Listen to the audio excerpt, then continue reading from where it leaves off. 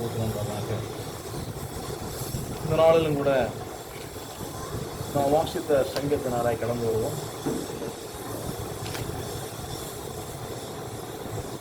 சங்கீதம் 79வது சங்கீதம்.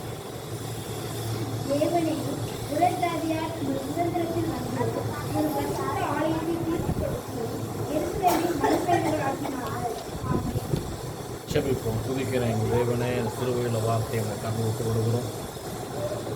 யாஸ்வா தேவனே, இந்த நாட்களுக்குரிய வார்த்தை கொண்டு பரிசுத்த ஆவியானவர் எங்களோடு பேச மறைவுகளை வெளிப்படுத்தும். யாஸ்வா நிச்சயவி நாமத்தில் செபிக்கிறோம். ஆமென். இந்த நாளிலும் கூட நான் வாசித்தோம். தேவனே, புறஜாதியார் உமது சுதந்திரத்தில் வந்து உமது பரிசுத்த ஆலயத்தை சீர்படுத்தி எருசலேமை என்ன செஞ்சாங்க? மண் மேடாக்கினார்கள். எருசலேம் மண்மேடாயிடுச்சு. புறஜாதி என்ன பண்ணாங்க? தேவனுடைய சுதந்திரத்துக்குள்ள வந்துட்டாங்க. புறஜாதி அவருடைய சுதந்திரத்துக்குள்ள வந்துட்டாங்க. இன்னைக்கு சண்டை நடந்துகிட்டு இருக்குது. நம்ம இதெல்லாம் கவனிக்கணும். நம்ம இப்பொழுது எங்கே இருக்கிறோம், நம்ம எந்த நாட்டில் இருக்கிறோம், என்ன நடந்துக்கிட்டு இருக்குது, அடுத்து என்ன நடக்கும், அடுத்து என்ன நடக்க போகுது அப்படிங்கிற குறித்து நம்ம வேதாகமம் எழுதப்பட்டிருக்குது. அதன் வாயிலாக நம்ம அதை தெரிஞ்சுக்கணும். தெரிஞ்சு என்ன செய்யணும்? தேவனிடத்தில் நம்ம அதற்காக செபிக்க வேண்டும். இப்போ வேதம் சொல்லுது, தேவனே, புறஜாதியார் யார்? தேவனுடைய சுதந்திரம் எது? தேவனுடைய சுதந்திரம் எது? பரிசுத்தலம் எது? எருசலேம் என்ன செஞ்சாங்க? மண்மேடாக்கிட்டாங்க. எருசலேம் மண்மேடாக்கியாச்சு. இரண்டையும் நம்ம கவனிக்கணும். இரண்டாவது வசனம் சொல்லுது,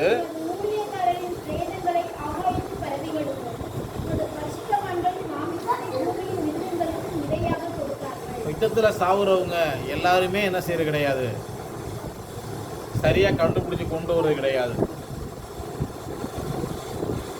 என்ன பண்ணிடுவாங்க? சிலர் உடல் செதறி போயிடும். கண்டுபிடிக்க ரொம்ப சிரமம். இப்போ இது நடக்கிற சம்பவங்களை குறித்து மெசியா பிறந்து 2000 வருஷம், அதுக்கு முன்பதாக கிட்டத்தட்ட ஒரு 1000 வருஷத்துக்கு மேலே 3000 வருடத்துக்கு முன்பதாகவே என்ன பண்ணிட்டாரு? சங்கீதத்தில் எழுதப்பட்டிருக்குது, உங்கள் ஊழியக்காரர் பிரேதங்களை ஆயத்த பறவைகளுக்கும் உங்கள் பசுத்த வாங்கின மாம்சத்தை பூமியின் மிருகங்களுக்கும் இரையாக கொடுத்தார்கள். இரையாக என்ன பண்ணாங்க? கொடுத்தாங்க. நடக்கிற சமூகம் எழுதப்பட்டிருப்போம். நம்ம என்ன செய்யணும்? அந்த காரியங்களுக்காக நம்ம செய்ய வேண்டிய ஒரே ஒரு வேலை, ரோட்டில் போய் போராடுற வேலை கிடையாது. நம்ம என்ன செய்ய வேண்டும்? ஜெபம் பண்ண வேண்டும். தேவனோடு நம்ம உறவாட வேண்டும். அவர்கிட்ட பேசணும், அவர்கிட்ட சொல்லணும். அவர் என்ன பண்ணுவார்? எல்லாவற்றையும் சரி செய்கிற தேவனாக இருக்கிற, ஏனெனில் அவர் தான் எல்லாவற்றையும் உண்டாக்கினவர். 3ஆம் வசனத்தை வாசிப்போம்.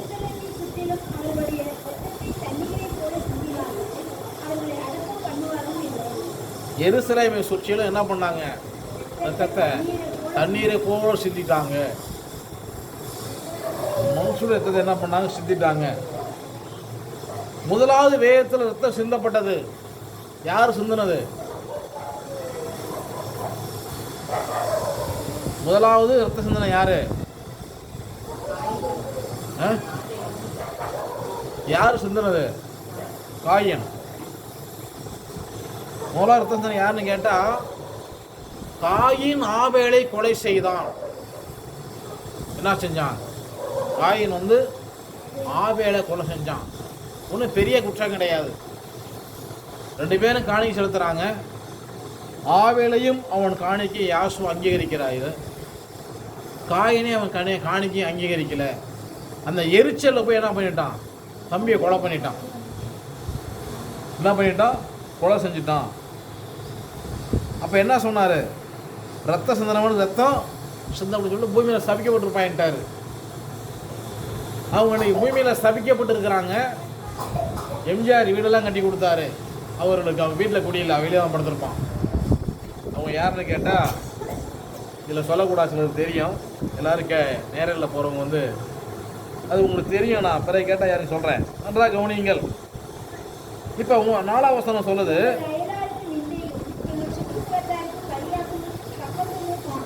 அநேக நேரங்களிலே கிறிஸ்தவர்கள் இந்த பூமியில் அநேகரால் பரியாசம் செய்யப்படுவார்கள்.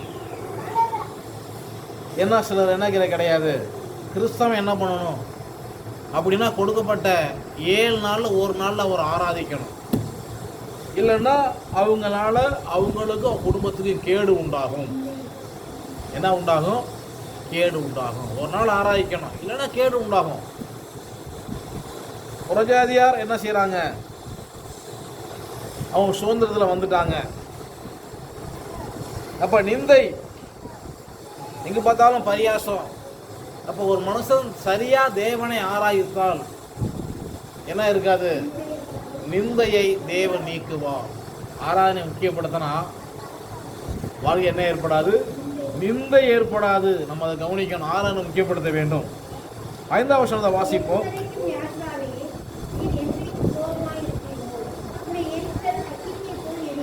தேவன் எப்போதும் கோபமாக இருப்பாரா? இல்லை, நம்முடைய தேவன் அன்பாகவே இருக்கிறார்.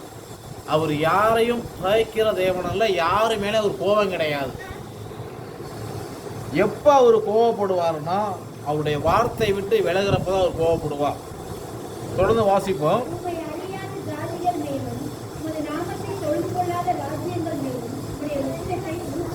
தேவனை அறியாதவங்களை என்ன பண்ணிடுவாரு, அவருடைய கோபம் வரும். அவரோட நாமத்தை தொழுது கொண்டா ராஜ்யங்கள் மேலும். யாரெல்லாம் அவருடைய நாமத்தை தொழுது கொள்ளலையோ அவனை என்ன பண்ணிடுவார், அவருடைய கோபத்தை ஊற்றி விடுவார். கோபம், தேவனுடைய கோபம். இந்த கொரோனா வருவதற்கு முன்பாக தொடர்ச்சி 6 மாதமாக சொன்னேன், இந்த உலகத்துக்கு மிகப்பெரிய நியாய தீர்ப்பு நடக்க போகுது, எல்லாரும் சாக்கதையாருன்னு சொல்லி என்ன பண்ணாங்க, மிகப்பெரிய நியாய தீர்ப்பு. அநேக உங்களுக்கு ஞாபகம் இருக்கும் நான் சொன்னது, வேறெடுக்கிற மாதிரி பணத்தை அடுக்கி வச்சிருக்கிறாங்க சொன்னேன். அப்பெல்லாம் நடந்தது, நன்றாக கவனிக்கணும்.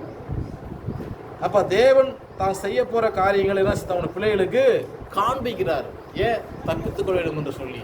அல்லேலூயா. உக்கரம் வர்றப்ப நம்ம என்ன செய்யணும், தப்பித்து கொள்ள வேண்டும். அடுத்து வாசிப்போம். யாக்கோவை பட்சிக்கிறாங்க, குடியிருப்பு என்ன செய்கிறாங்க, பாழாக்குறாங்க. எத்தனை பேர் எழும்பி எத்தனை குடும்பத்தை அழிக்கிறாங்க தெரியுங்களா? சாதாரணமாக என்ன செய்வாங்க, நல்லா பேசிட்டு மாதிரியே பேசி ஒரு குடும்பத்தை அழிச்சிருவாங்க. என்ன பண்ணுவாங்க, பேசுகிற மாதிரி பேசி என்ன பண்ணுவோம், குடும்பத்தை அழிச்சிருவாங்க. அது சாதாரண ஒரு பழமொழி உண்டு, வாழைப்பழத்தில் ஊசி ஏற்றுற மாதிரி என்ன பண்ணிடுவாங்க, நைஸாக வேலையை பார்த்துருவாங்க. தொடர்ந்து வாசிப்போம்.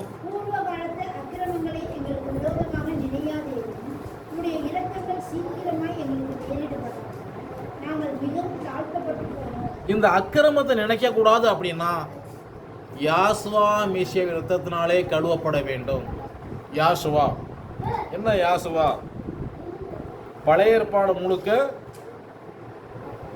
பசுத்த வேதாகமம் தமிழ் வேதாகமத்தில் கர்த்தங்கிற இடத்துலலாம் எருசலேமில் உண்டான எருசலேமில் பிரிண்டான பைபிள், அது ஓலைச்சுவடியில் என்ன போட்டிருக்கு, யாசுவா தான் போட்டிருக்குது. புதிய ஏற்பாடு முழுக்க இயேசுங்கிற இடத்துல மெசியான்னு போட்டிருக்குது. 1745 போர்ச்சுகீஸ் இந்தியாவுக்கு வந்தாங்க. மார்ட்டின் சிலர் என்ன பண்ணாங்க, ஜீகன் பால் என்ன பண்ணாங்க, சிலர்லாம் பைபிளை மொழிபெயர்த்தாங்க. அன்றைக்கி படித்தவங்க யாரும் கிடையாது, புராணத்தை மாத்திரம் படிச்சிருந்தாங்க. அவங்க என்ன பண்ணாங்க, பேரை மாற்றி விட்டாங்க, ஏதாவது ஒரு பேரில் எப்படியா போகணும் அப்படின்ட்டு. இன்று தான் அதை பிடிச்சி என்ன செய்கிறாங்க, இதனால தான் இயேசுவின் நாமத்தில் ரட்சிப்பு, பிதாவுக்கு ஒரு பரிசுத்த ரட்சிப்பு, கர்த்தர் தான் எங்கள் தேவன், இயேசுதான் என்ன செய்கிறாங்க, அவங்க சொல்லிக்கிட்டு இருக்கிறாங்க. இயேசுன்னு பேரை சொல்லி அதில் கர்த்தர்னு பேரை சொல்லி செபிக்கிற நபர் பரலோகம் போக முடியாது. ஏன்னா மெசியா சொன்னார், வேத வாக்கியங்களை ஆராய்ந்து பாருங்கள், அவர்களுக்கு என்ன உண்டு? நித்திய ஜீவன் உண்டு. வேதத்தை சரியாக ஆராய்ஞ்சு பார்க்கணும். இல்லைன்னா என்ன செய்ய முடியாது? பரலோகம் போக முடியாது. ஒரு மனுஷன் இந்த பூமியில் பிறகுறாங்க, பிறக்கிறப்ப சொல்லுவாங்க, என்ன புள்ள பிறந்துருச்சா, பிரசவம் ஆயிடுச்சா இல்லையா? ஆயிடுச்சு. பிரசவம் பிறக்கிறப்பே சவப்பெட்டி ரெடி ஆயிடுச்சு. யாருக்கு எப்போன்னு சொல்லி தெரியாது. எல்லாரும் ஒரு நாளைக்கு மறிக்கணும். ஆனால் மெசியா சொன்னார், என்னை உயிரோடு விசுவாசிக்கிறவன் என்னென்றைக்கும் மறியாமலும் இருப்பான். அல்லேலூயா.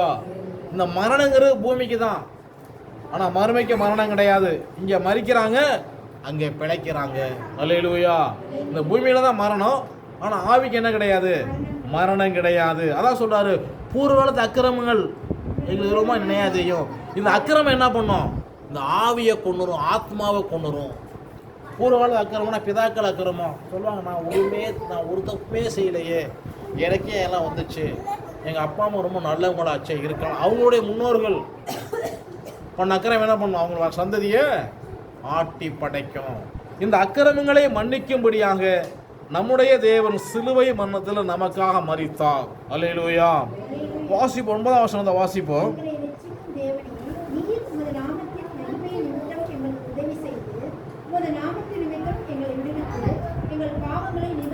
பாவம் நிவர்த்தியாக வேண்டும் என்று சொன்னால், அக்கிரம் நிவர்த்தியாக வேண்டும் என்று சொன்னால், இஸ்ரவேலின் தேவனே மெய்யான தேவன்.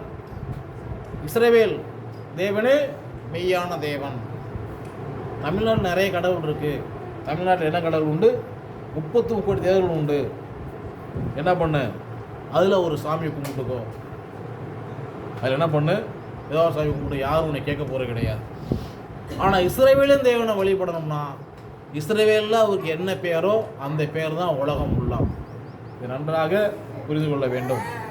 இல்லை தமிழில் தான் நான் படிப்பேன்னா, உனக்கு தமிழ் கடவுள் உண்டு, தமிழ் கடவுள் நிறையா உண்டு, தமிழ் கடவுளை கும்பிடு, தமிழ்நாட்டில் இருந்துக்கலாம். அவ்வளோதான். எங்கே போக முடியாது? பரலோகம் போக முடியாது. பரலோகம் போகணும்னா இந்த உலகத்துக்கே, உலகத்துடைய எல்லா மனுஷனுடைய பாவங்களுக்காக இஸ்ரவேலின் தேவன், இஸ்ரவேலின் ராஜா, இஸ்ரவேலின் பரிசுத்தர் என்ன பண்ணாரு? சிலுவை மரணத்தில் ரத்தம் சிந்தினார். அல்லேலூயா. அவர் மூலமாக தான் என்ன உண்டு? பாவங்கள் நிவர்த்தியாகும், ரட்சிக்கப்பட முடியும். ஒரு மனுஷன் பாவம் நிவர்த்தி. இங்கே பூமியில் உள்ள கோயிலுக்கெல்லாம் போகலாமா? டைம் பாஸ், அவ்வளோதான், செலவு பண்ணிட்டு வரலாம், அவ்வளோதான். ஆனால் பாவ நிவர்த்தி கிடையாது. ஏனெனில் என்ன செஞ்சாங்க? நம்ம பழைய ஏற்பாட்டில் பார்க்குறோம், ஆதி திருச்சபையில் மனுஷனுடைய பாவங்களுக்காக என்ன செஞ்சாங்க? தன்னுடைய தகுதிக்கதாக ரொம்ப ஏழை காட்டுப்புறா கொஞ்சம் பழி செலுத்திடலாம் ஆண்டவருக்கு. கொஞ்சம் வசதி உள்ளவன் ஒரு வெள்ளாட்டு கடை, இன்னும் கொஞ்சம் வசதி உள்ளவன் ஆடு மாடு பலியிடலாம். அவ்வளோதான். பழி செலுத்துனா எவ்வளோ நாளைக்கு தாங்கும்? 1 வருஷம் தாங்கும். திரும்ப என்ன செய்யணும்? மறு வருஷம் பலி செலுத்தணும். அதான் இன்றைக்கி இந்த நம்ம பூமியில் அறியாத என்ன செய்கிறாங்க? வருஷம் பலி செலுத்தி கொண்டு இருக்கிறாங்க. இதை பற்றி அவங்களுக்கு ஏன் செய்கிறாங்கன்னு தெரியாது. எங்கள் பாட்டை செஞ்சால் நான் செய்கிறேன், அவ்வளோதான். ஆனால் என்ன செய்ய முடியாது?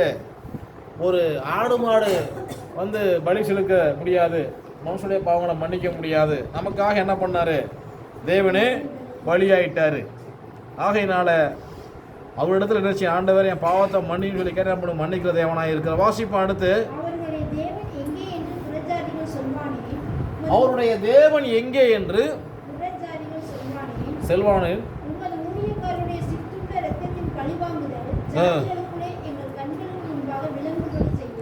அல்லேலூயா.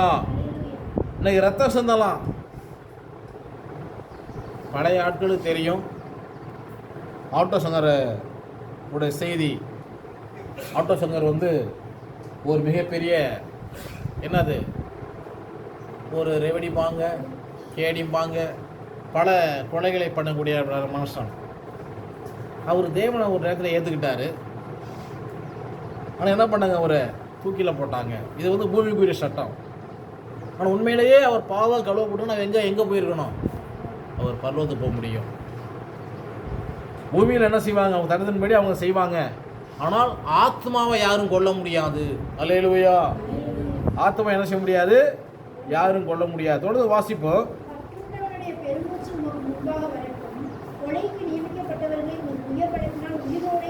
கொலைக்கு நியமிக்கப்பட்டவர்களை என்ன செய்றாரு? தேவன் தன்னுடைய கரத்தினால் உயிரோடு காக்கிற தேவனாய் இருக்கிறார். அல்லேலூயா. தொடர்ந்து வாசிப்போம்.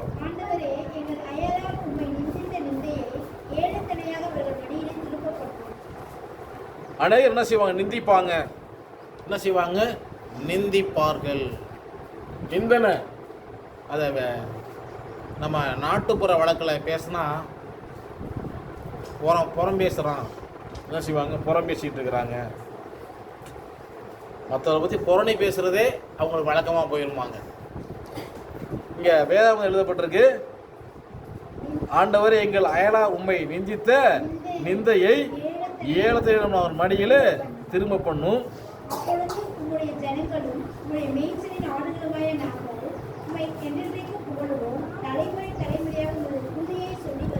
தலைமுறை தலைமுறையாக நாம் தேவனை துதிக்க கற்றுக்கொள்ள வேண்டும். அல்லேலூயா. அவரை துதிக்கணும், அவருடைய நாமத்தை போற்றணும். நம்முடைய தேவன் ஆவியாய் இருக்கிறார். ஆவியான தேவனுக்கு ரூபம் ஒன்றும் இல்லையே, ரூபம் இல்லையாதலால் சொரூபம் ஒன்றும் இல்லையே. ஆவியான தேவனுக்கு ரூபம் ஒன்றும் இல்லையே, ரூபம் இல்லையாதலால் சொரூபம் ஒன்றும் இல்லையே. வாஞ்சையுள்ள ஆத்துமாவின் இருதயம் தன்னிலே, வாஞ்சையுள்ள ஆத்துமாவின் இருதயம் தன்னிலே. வார்த்தையாலே பேசுகின்ற ஆண்டவர் இவர், என்னை உண்டாக்கிய என் தேவாதி தேவனவர். தூங்குவதும் இல்லை உறங்குவதும் இல்லை, என்னை உண்டாக்கிய என் தேவாதி தேவனவர். தூங்குவதும் இல்லை உறங்குவதும் இல்லை. அல்லேலூயா. நம்முடைய தேவன் தூங்குவதும் கிடையாது, உறங்குவதும் கிடையாது. ஆகையினால எப்பனாலும் ஜெபம் பண்ணலாம். எப்போதும் என்ன பண்ணியிருக்கார்? அவர் நம்முடைய ஜெபத்தை கேட்கும்படியாக உண்மையுள்ள தேவனாய் இருக்கிறார். தலைமுறை தலைமுறையாக நாம் தேவனை துதிக்க வேண்டும், அவருடைய நாமத்தை ஸ்தோத்திரிக்க வேண்டும். அவர் நாமத்தை என்ன செய்யணும்? மையப்படுத்தணும். இது நம்மேல் விழுந்த கடமை. அல்லேலூயா. இல்லைன்னா என்ன நடக்கும்? எல்லாரும் மாதிரி இருக்கலாம், போகலாம், ஒன்றும் பிரச்சனையும் கிடையாது. ஆனால் மரணத்துக்கு இப்படி நியாய தீர்ப்பு உண்டு. என்ன உண்டு? தண்டனை உண்டு. என்ன உண்டு? நம்ம தண்டிக்கப்படாமல் இருக்கணும்னா என்ன செய்யணும்? இவரை உறுதியாய் பற்றி பிடித்துக் கொள்வோம். தேவன் நம்மளை ஆசீர்வதிப்பாராக.